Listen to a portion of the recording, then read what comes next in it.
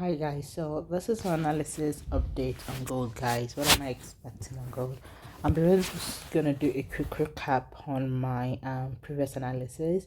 If you remember or you watched my previous analysis on gold, I think you're around this area right here, and I said there's a possibility for gold to push to my 38 0.2% fib level, and the reason was because it was this break of structure here that hasn't retested. So based on the market structure, right, I said there's a possibility that we might actually get to that level before pushing to the downside. As you can see, that we got to that level and pushed up to that level, but it started rejecting around my 78.6% fib level, right, instead of where I thought it might reject her, which was my 28.2% fib level. But as you can see, that as soon as we got to around that area right here, it started breaking around the trend line right here. So it's giving us some sort of like a break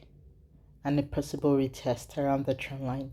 That we can see that it just started tanking to the downside, which was really beautiful. And we can see that we got to our first level right here, which was my negative 27% fib level 2023, and that was beautiful. And you can see the beautiful engulfing candle that dropped, and that's the reason why I used to say, if you're watching my analysis, I used to say majority of the time I take my TP off of my negative 27.2% fib level, because there is higher chance of us getting to that TP rather than negative 61.8% fib level.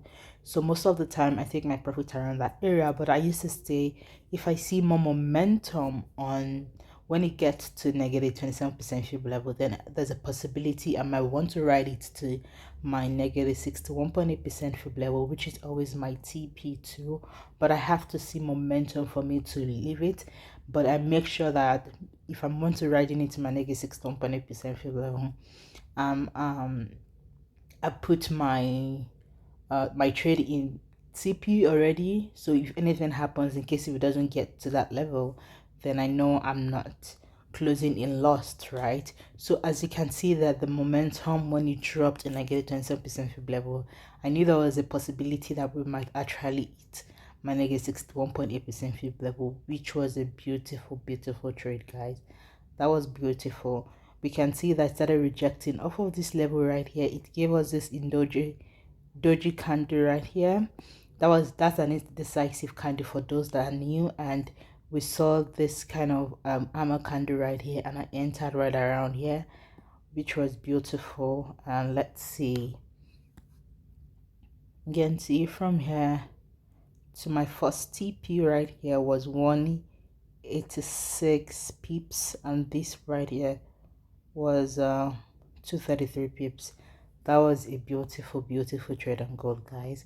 So now I'm going to reanalyze gold based on the current price market. Let's see our next move. We can see that I have a price prediction right here. That is if we continue to push to the downside. As of right now, we still see gold pushing to the downside, right? So let's see. Let me go to, I'm going to delete this previous one too. Let me go to a bigger time frame just to see what I'm expecting on gold. Yeah, we can see, let's just draw a quick one here to here.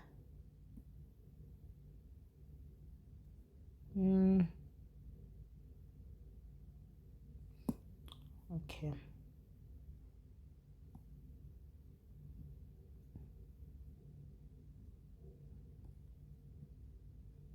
so this is the bigger time frame. We can see on the bigger time frame we haven't hit my negative 61.8% fib level. We can see, which is around 2014. So now I'm predicting gold to at least get there, but overall I think that we might push up to the upside a little bit, and this will be a next target for me to push, because of, we can see there is this breakout structure right here after this engulfing candle. So this engulfing candle still indicates that there's a possible sell in the market, but we might actually retrace depending on how this candlestick react, right? But because of the momentum I'm still seeing on gold, guys, we might not retrace, we might just continue to certainly drop around these two targets that I have right here.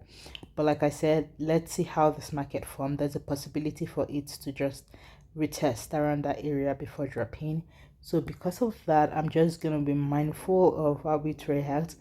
So if I basically see like a momentum on if I see how the candlestick close right here and I see a momentum of a buy around that candlestick, then I'll possibly ride it to this area right here. But if I still see more momentum of sell, then it will just be something like an impulse, a sort of a correction, like a rectangular correction. Then I'll possibly just write it down to my negative 61.8% fib level. So that would be my opinion on gold, guys. So let's see, let me go to a smaller time frame just to see. We can see right here it's giving us this kind of indecision candle. So let's see how the market moves around this area right here. It's might just wick down here just to touch my negative 61.8% fib level, then possible right up to this level right here. Because if you know my strategy, right, my negative 61.8% fib level and my negative 27.2% fib level zones are reversal zones slash levels, and that is the reason why whenever I get to my negative 27% fib level, I'm always mindful to either take my TP out or put my TP in profits, because those zones are reversal zones that we might actually reverse off. So that is just my thoughts on gold, guys. I'm just gonna draw my scenario. There's a possibility we might come up here to now get to my negative 61.8 target right here.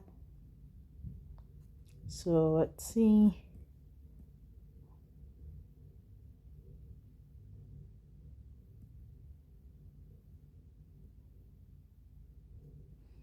Yep, so that will be a possible point of interest to look for right here, right? That's if it's continue to see momentum of a buy, or we might just actually start dropping from where it is, to be honest, still depending on how the market reacts around that area. So that is my quick thought on gold, guys. Hope you like it. If you do, and don't forget, right, this is still a possibility right here, because we can see, if you watch my previous analysis, I've explained my reason why. We can see that when I zoom in a little bit and if we check left, whenever we get to the zone that the gold broke, there's always a rejection, and we can see that we broke that trend with this we broke the zone with this engulfing candle right here. So there's a possibility for it to actually come down there to retest. So that is why my target is there. So this will be a possible TP1 and this would be a possible TP2. So we might just get here to retest the zone, then zoom to the upside, right? Or we can see there is this imbalance right around here